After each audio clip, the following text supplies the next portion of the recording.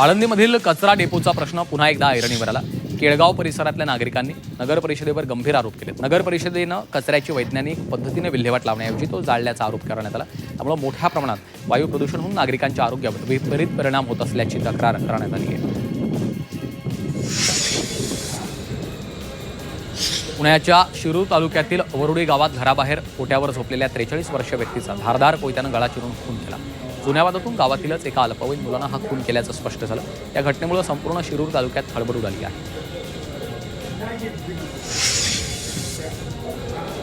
पुण्यातील rave party प्रकरणात पोलिसांनी तपासाची व्याप्ती वाढवली। मुख्य आयोजक यश राजा चौधरीसह दोघांची चौकशी करण्यात आली आहे। पार्टीचं नियोजन, सहभागींची निवड आणि प्रवेश शुल्काबाबत तपास सुरू आहे।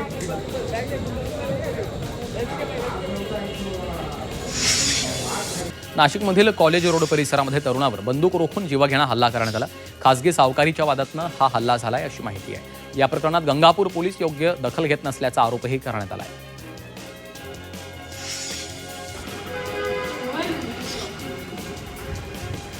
नाशिकच्या इंदिरानगरातील मल्हार अपार्टमेंटमध्ये चोरीची घटना उघडकीस आली। एका महिलेनं आणि लहान मुलीनं वॉचमनच्या घरामध्ये प्रवेश केला। वॉचमनच्या घरातील तब्बल 3 मोबाईल फोन लंपास केले। त्यामुळे परिसरातील नागरिकांना सतर्क राहण्याचं आवाहन करण्यात आलं।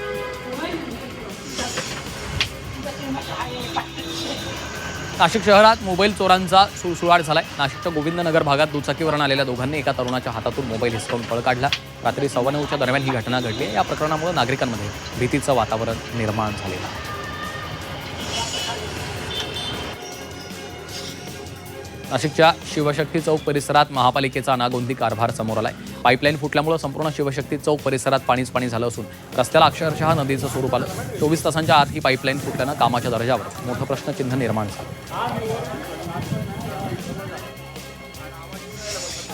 संभाजीनगरात स्वच्छ भारत अभियानाच्या अंतर्गत शहर स्वच्छतेचा आढावा घेण्यासाठी केंद्रीय पथक शहरात आलं। या पथकानं कामाला सुरुवात केली। यंदा शहर टॉप 10 मध्ये आलं पाहिजे या दृष्टीनं महापालिका प्रशासनाची तयारी आहे।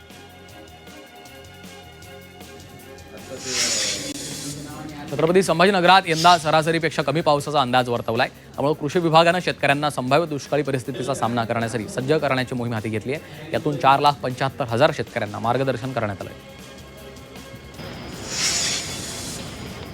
छत्रपती संभाजीनगरातील महत्त्वाच्या 5 विमानसेवा बंद होणार आहेत। दिल्ली, मुंबई, बंगळुरू, हैदराबाद आणि गोवा या विमानसेवा तत्कालीन बंद होणार आहेत। त्यामुळे शहरात येणाऱ्या प्रवाशांची संख्या आठवड्याला तब्बल 3,000 घटणार आहे।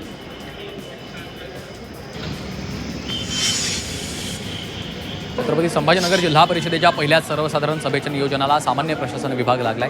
पदाधिकारी आणि प्रशासनानं समन्वयातून 30 जून ही तारीखही निश्चित केली आहे। मात्र त्यासाठी सभागृह निश्चित होऊ शकलं नाही।